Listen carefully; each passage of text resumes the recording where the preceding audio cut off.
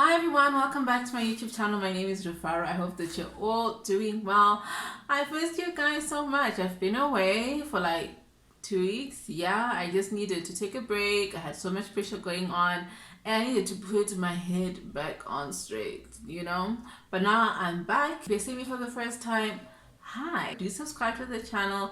Join the family, hit the notification bell so that you don't miss out on anything new. Today we're going to be talking about how to make money. So we're going to go through the 7 different types of income streams that most millionaires are said to have. When I first decided to make this video, I just wanted to put in generic information, but I decided that, you know what, I think let me try and focus on the African continent because I'm African and I'm based in Africa. And I wanted to show my fellow Africans that this can be done. What I'm going to talk about can be used by anyone, but I will be giving specific examples from Africa so that it's easier for people from Africa to be able to relate and be able to see that even though things are happening around the world, like globally, these things can work for us here in Africa. Okay, it is said that the average millionaire has about 7 income streams, like 1, 2, 3, 4, 5, 6, 7 income streams, whilst the average person has got 1 income stream, and it is mainly from their job. These are split into either active or passive income streams, or they can actually be a mixture of both. And creating these income streams doesn't actually just happen like all at once. It's very difficult to try and build them all simultaneously. So you're better off trying to master one. Once you've mastered one, then you move on to the next one. Most Africans will at some point become millionaires. Heck, some will even become trillionaires. But that's not what we're talking about today. Today we're talking about real currency. We're talking about US currency wealth. And the United States dollar is one of the strongest currencies in the world. And it would be good for us to focus and use that as a baseline for us to say, so what defines a millionaire? How do I make these income streams that make me a millionaire? In the African continent alone, there are over 300,000 people with a wealth of over $1 million US. And the top 3 countries where most of this wealth is generating from is South Africa, Egypt, and Nigeria, in that order. So we're going to be talking about the 7 different types of income streams that most millionaires are said to have. And the first income stream that we're going to be talking about is earned income, which is like your salary, and you get this every month or consistently. Either it's weekly or twice a week, depending on the organization that you're working for. So your salary is active income because you're paid consistently and you have to go to work every single day or when you're supposed to go to your shift for you to get paid. And there's nothing wrong with having an earned income because most people actually do start from there. So as long as you get a paycheck at the end of the month, that is earned income. And the Wall Street Journal in 2019 actually said that most millionaires wake up at 4 a.m. and that is their most productive time. There are less interruptions, there are less stuff going on social media, there are no kids running around, and they get most stuff done during that time. But if you've got a job, it's very difficult for you to wake up at 4 a.m. for you to be able to pursue your own goals and then go to your 9 to 5 or your 8 to 5 kind of environment. So the next one is profit income, which is where you're selling products or services for way more than it costs to make them. So essentially an entrepreneur. And this can either be active or passive. Active means you're actually making the goods. So if you're someone that makes wigs, then you have to be making the wig and then you sell it. If you're someone that is probably doing drop shipping, that's sort of like a passive income stream. You're not the one who's actually making the products or the services, but you're taking a already finished product and then just selling it and making a profit. Active income requires more work and effort because you're using your own resources in your own time, you're doing your own research, and in most cases it actually costs more for you to have an active profit income rather than a passive profit income stream. The internet has made things so much easier in terms of trying to sell your products and services. Websites like eBay and Etsy all allow you to sell your products that you've actually made yourself, which is awesome, whilst other websites like Shopify, Wix allow you to be able to open a store or a website and then sell your product. The next income stream is called dividend income. This is where you buy shares in a company or you invest in a company and you essentially become a part owner. So when that company makes a profit and pays out a dividend, as a shareholder, you get your portion. But how much you get is dependent on the number of shares that you have within that particular company. In 2019, the top 5 best performing stock exchanges in Africa were the Johannesburg Stock Exchange, the Botswana Stock Exchange, the Nigeria Stock Exchange, the Nairobi Securities Exchange, and the Ghana Stock Exchange. The next income stream we're going to be talking about is rental income. This is where you buy property or real estate.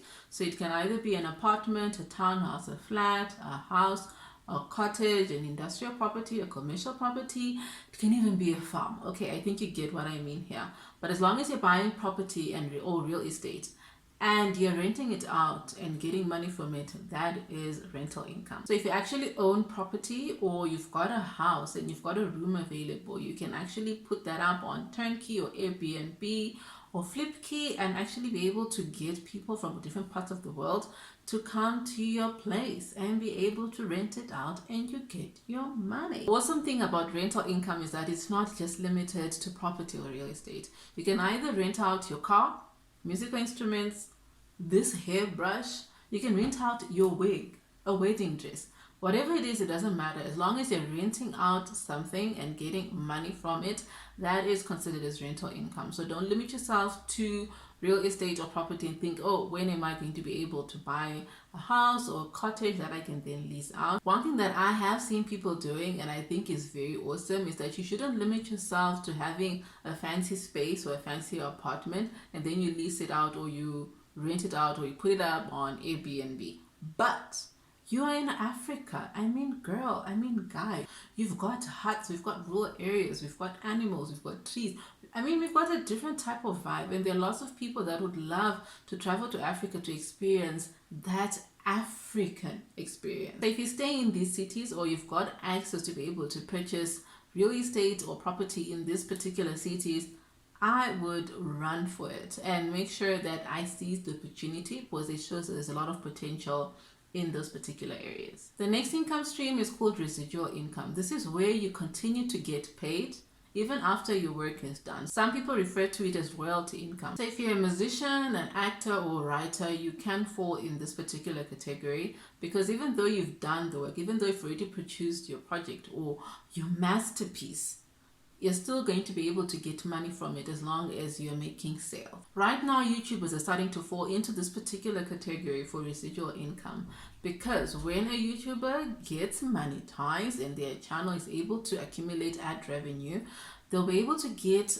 money each and every time an ad is played during one of their videos. Right now, digital technology is the trend. It has taken over most aspects of our lives. So it would make sense for one to be selling digital products in this day and age. Right now, you can write an ebook and self-publish it on Amazon. You can sell digital courses, particularly if you know that you're really good in a topic. If you're someone that likes to bake, you can write an ebook, for example, or you can actually design a course on how to bake and then upload it on different websites where people can be able to download, or you can even create your own custom websites, like rufarocode.com type of vibe, and actually sell your courses there. People can log in and they subscribe, they pay a specific amount for them to be able to view your courses. And digital courses are actually very much a trend right now, and it would be a good way for you to be able to sell products and services, just sharing information about things that you love or things that you know you're an expert on. The next income stream is called capital gain. This is when assets have appreciated in value and they are sold at a higher price than the original price at which they were purchased. Most common ones right now are in real estate, where you buy property, for example, for 50,000 rands and then you sell it for twice the amount at 100,000 rands. So with capital gains, you don't necessarily have control over the value of the asset that you have.